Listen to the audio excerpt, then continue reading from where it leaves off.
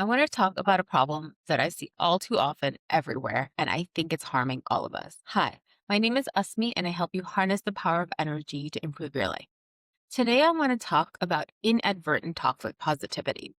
I have seen too many people around me not being okay talking about negative thoughts and emotions. They think that they don't want to be negative, they don't want to be ungrateful, that whatever they're going through is really not that big of a deal, so they don't want to talk about it.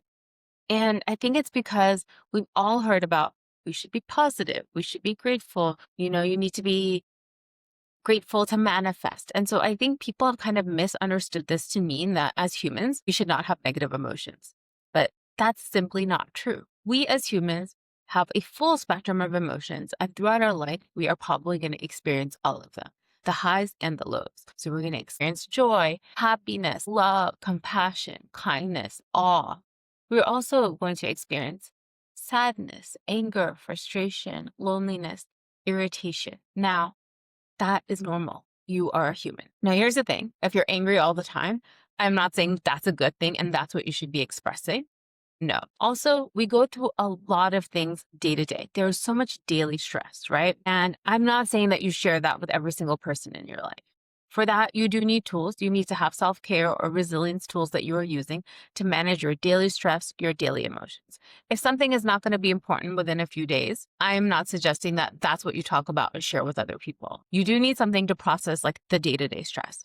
What I'm talking about is the bigger things, the things that do matter, but that we still don't feel like we can share because we're worried that we're going to be judged. We're worried that we're going to be seen as ungrateful, as negative, as not happy, or maybe you just don't feel comfortable. You didn't see anyone around you modeling sharing negative emotions, and so you don't know how to do it. So let's talk about negative emotions. Emotions are simply energy or information, right? They tell us something. So when you're angry, when you're sad, when you're feeling burnt out, those are emotions that are telling you something. That is a signal. And why should you deal with this rather than just move on? Well, here's the thing. As an energy healer, I can tell you, every emotion has a certain vibrational frequency. And all those low frequencies that you're feeling, whether it's anger, resentment, frustration, loneliness, you don't deal with it. Energy, that frequency is stuck in your energy body. So you may not see the effects right away, right? You might not feel angry today and not express it and then see something happen to you tomorrow. But over time, all those low vibrational frequencies, all those energy blocks, they accumulate in your energy body. And then your energy body isn't flowing as freely and as healthily as it should, which then impacts your mental, physical, emotional state. Right now, here in the US, we are seeing so many people with chronic issues. Where's the chronic issues coming from? They're coming from, at least in my opinion, and I'm not a medical doctor, but I'm saying this as someone who's been in the energy healing world for many years, is there's a lot of accumulated energy that they haven't dealt with. And that is then impacting their physical body. In fact, I now know of when you go to physical therapy, certain places they actually recommend also going and seeing a therapist because they realize that a lot of that pain also has to do with thoughts and emotions that haven't been processed. And so when you don't process your negative emotions, you don't run away from them. You can't escape them. They're going to catch up with you sooner or later. And if you don't deal with them in a healthy way right now, they're then going to show up later on in life, right? So it could be an issue that shows up later on in life. It could be that you yourself just don't feel like your best. And so you are not showing up in the world as your best. You're not going after opportunities. You're not having deep and meaningful relationships. You are holding yourself back because this energy is holding you back. Or it can leak out unexpectedly. How many of us have seen this happen or maybe even done it ourselves where you don't deal with some negative emotions and then suddenly, completely different circumstance, you blow up on somebody, right? And then you're like, oh, my reaction was completely out of proportion to what happened. The idea there is not that what that person said or did is what set you off. It's that all that energy was building up and it finally had a little catalyst and it all just came out at once, right? That doesn't feel good. You feel bad afterwards. That person feels bad. Maybe you harmed that relationship in a way that you weren't intending to. So that is why we want to deal with these negative emotions in a healthy way, right? So first, I want to say it is okay to have negative thoughts and emotions. We all have them, including myself. And there is nothing wrong with us. There's nothing wrong with our life. There's not a major issue. We are humans and we are all going to have challenges that we have to deal with. And I want to remind you, dealing with your negative emotions does not mean that you're not grateful for what you have in your life. you can be grateful for all of the blessings that you have and simultaneously be going through something challenging that is sparking a negative emotion that you need to work through. So I'm going to go through what are some of the tools that I use in my life to deal with negative emotions. One is crying.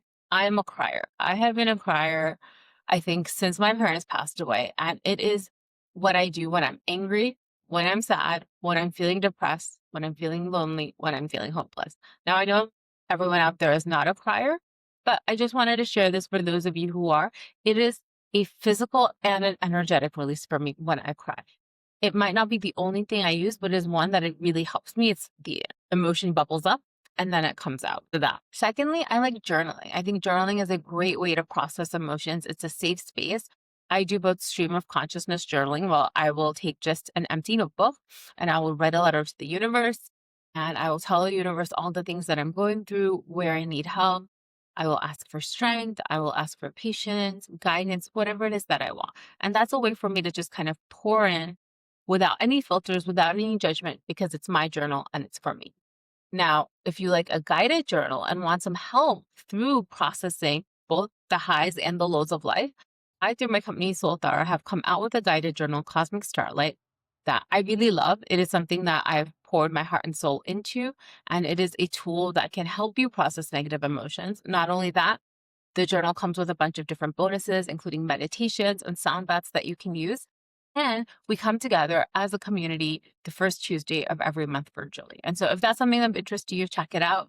If not, Blank Notebook is a great place to start. Also, therapy. I think therapy is a great tool for a lot of us who maybe are feeling self-conscious around sharing with other people, or we want someone who has studied mental health and knows how to guide us through different solutions and frameworks, right? Whether that's cognitive behavioral therapy or maybe prescribing some medications that may help us. And so I think therapy is a great tool for processing your negative thoughts and emotions. I also really like sitting with the emotion. I think one of the things we need to do is be okay being uncomfortable. It doesn't feel good to feel angry or sad, but like I said, it's part of the human experience. And so sometimes one way I like to sit with my negative emotions, I don't like to just physically sit in one place, is I will do a yoga asana practice with no music. And I'll really just kind of cue into my breath. And then in the background, as I'm doing my practice, let my brain process a lot of different things. And for me, that's really healing. Sometimes I will even cry when I'm doing asana at home. So that's one way I like to deal with it. Another is going out for a walk. No music, no headphones, just being with my thoughts, observing everything around me. And that can be a way that I'm processing that emotion. And the reason I say that is, an emotion is energy and emotion. And when we move our physical body, when we do certain things, we can also process some of that energy, whether that's consciously or subconsciously. Now, probably going and sitting in front of your TV is not how you actually process that emotion, because you're basically just not dealing with it. But when you're going out for a walk and you're allowing that thought to come up, you're allowing yourself to sit with some of that discomfort and maybe see it from a different angle or think about it, you can actually end up processing it. Another one is actually venting. And so this is obviously something you need to be in a safe space with somebody that you trust, right? So it could be a loved one, a friend, confidant. Science actually shows that venting helps us release some of that negative pent up energy and actually makes us feel closer to that other person, because we're sharing something that's part of us that's like really vulnerable. And so it actually can deepen your relationship. Now, this doesn't mean you go and you complain about every single thing in your life all the time. I'm not saying that. I'm not saying that you go into negative loops and you just think about this negative thing all the time, nonstop. No, there's a difference between processing and wallowing. And when you feel like you've gone from one end to the other and you're wallowing, break that loop, right? Go and turn on the TV, go do a different activity. I'm not saying that you should ruminate ad nauseum in your negative emotion, but you should be okay sitting with it, processing it, and using different tools and techniques. Now, the ones I'm sharing with you are ones that I use and that I found to be helpful. There might be something else for you. Maybe you're an artist and going and dancing or painting will actually be a way for you to process that emotion. What I'm encouraging you to do is to find what are the tools that you can have in your toolbox to deal with these negative emotions and process them. So what will be the benefits of dealing with these negative emotions? You will feel lighter. You'll feel happier. You'll maybe even feel a little bit more content or comfortable with yourself, because you'll no longer reject that part of yourself that is feeling those negative emotions. You won't feel shame around it. You'll process it. You'll realize that other people feel this way too. And you'll be a little more resilient the next time something negative happens. So I just want to say, wherever you are, it is okay to feel however you're feeling right now. I go through these emotions as well. It's not like I'm immune to this. As an energy healer, it's that I have tools in my toolbox and I try to process as much of this energy as it comes up so that it doesn't stay stuck in my energy body. Let me know what you thought of this video. Do you feel comfortable processing your negative emotions? If not, what are you going to try to do the next time something comes up? Let me know. I'd love to hear your thoughts. Thanks. Bye.